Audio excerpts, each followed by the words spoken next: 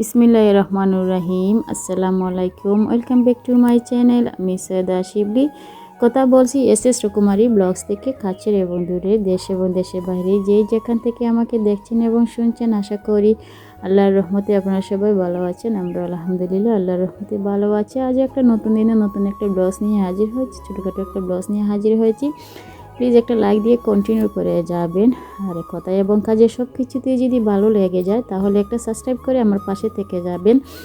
পাশে থাকা বেল আইকনে অল অপশনে প্রেস করে রেখে দিবেন। আমার নিত্য নতুন ভিডিও যখন আপলোড দেবো তখন পৌঁছে যাবে আপনাদের কাছে নোটিফিকেশন আকারে। সময় সুযোগ করে আমার ভিডিওটা দেখে নিতে পারবেন। আমি ভিডিওটা আমার বাবার বাড়িতে আছি। আমি তো দেখিয়েছি গত ব্লগে।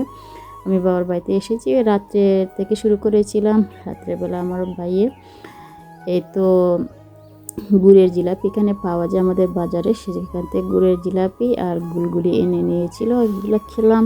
তারপরে হচ্ছে সকালের ভিডিওটা, সকালে পরোটা আর চা খেয়ে নিলাম, সেটাও আপনাদের সাথে শেয়ার করলাম। এত রান্না টান্না কী করা হবে, তো আমাদের গ্রামের বাড়িতে তো যে লাকড়ি যে চুলাটা করা হয়, মাটির চুলাতে লাকড়ি দিয়ে যে রান্না করা হয়, সেটার জন্য এখানে একটা লোক দিয়ে একটা গাছ কাটানো হচ্ছে। সেটা একটু আপনাদের সাথে শেয়ার করলাম, কীভাবে গ্রামের মানুষগুলা লাকড়ি দিয়ে যে কাঠগুলো কাটে, কীভাবে কাটে কুড়াল দিয়ে, সেটা আপনাদের সাথে শেয়ার করলাম। আপনারা যারা দেখতে চান দেখে নেবেন, আর যারা কখনো দেখেন না সেটা দেখলে আসলে ভালো লাগবে। তো এদিকে রান্না টান্নার প্রস্তুতি চলতেছে। আমি তো আর রান্না করতেছি না, আমার ভাইয়ের বউরা তারা সবাই মিলে রান্না টান্না করতেছে। আমি শুধু একটু ভিডিও শ্যুট করতেছি। ডাল, মাছ, মাংস এগুলো রান্না করা হচ্ছে। এদিকে তো কাটাকুটি হচ্ছে, ধনেপাতা, কাঁচামরিচ, পেঁয়াজ, রসুন ডালের জন্য। এদিকে আমার ভাইয়ের প্রত্যেকটা রুম সে কী করেছে, আরপিক দিয়ে সুন্দরভাবে প্রত্যেকটা রুম ক্লিন করেছে, মোছামুছি করতেছে, সেটা একটু শেয়ার করলাম আপনাদের সাথে। এটা হচ্ছে আমাদের ড্রয়িং রুম, অনেক বড় ড্রয়িং রুমটা। আর এদিকে হচ্ছে দেখেন শীতের সময় গ্রামের বাড়িতে কীভাবে কাপড় রৌদ্র দেওয়া হয়, তো উঠোনের মধ্যে কাপড় রৌদ্র দেওয়া। তো আমাদের হচ্ছে রাস্তা। আস্তে আস্তে আপনাদের সাথে শেয়ার করবো, যতদিন থাকি ততদিন আপনাদের সাথে শেয়ার করব। কিছু কিছু ছোটো ছোটো ভিডিও নিয়ে আপনার সাথে হাজির হব, ব্লগ নিয়ে হাজির হব। তো আমাদের তো ছোটো ছোটো সুপারির গাছ লাগানো হয়েছে। কিন্তু আমাদের ঘর, বাবার বাড়ি, তো উঠোন।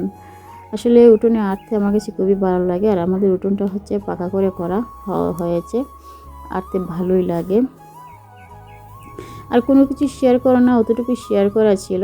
তো গাছের যে চতুর্দিকে, আমাদের বাড়ির চতুর্দিকে গাছপালা লাগানো আছে। আসলে খুবই সুন্দর রৌদ্র উঠেছিল আজকে, ভিউটা অনেক ভালো ছিল, সুন্দর ছিল, সেই জন্য আপনাদের সাথে একটু শেয়ার করলাম। এত সুন্দর চতুর্দিকে গাছ লাগানো আসলে আমার কাছে খুবই ভালো লেগেছে, ভাবলাম যে আপনাদের সাথে একটু শেয়ার করি।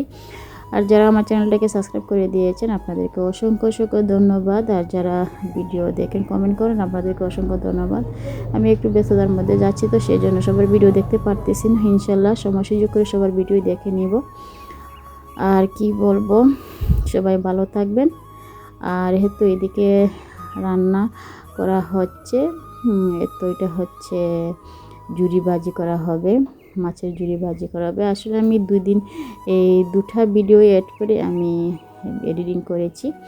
আজ যে পর্যন্তই, সবাই সুস্থ থাকবেন, ভালো থাকবেন, আমাদের জন্য দোয়া করবেন। আল্লাহ হাফিজ, আসসালামু আলাইকুম।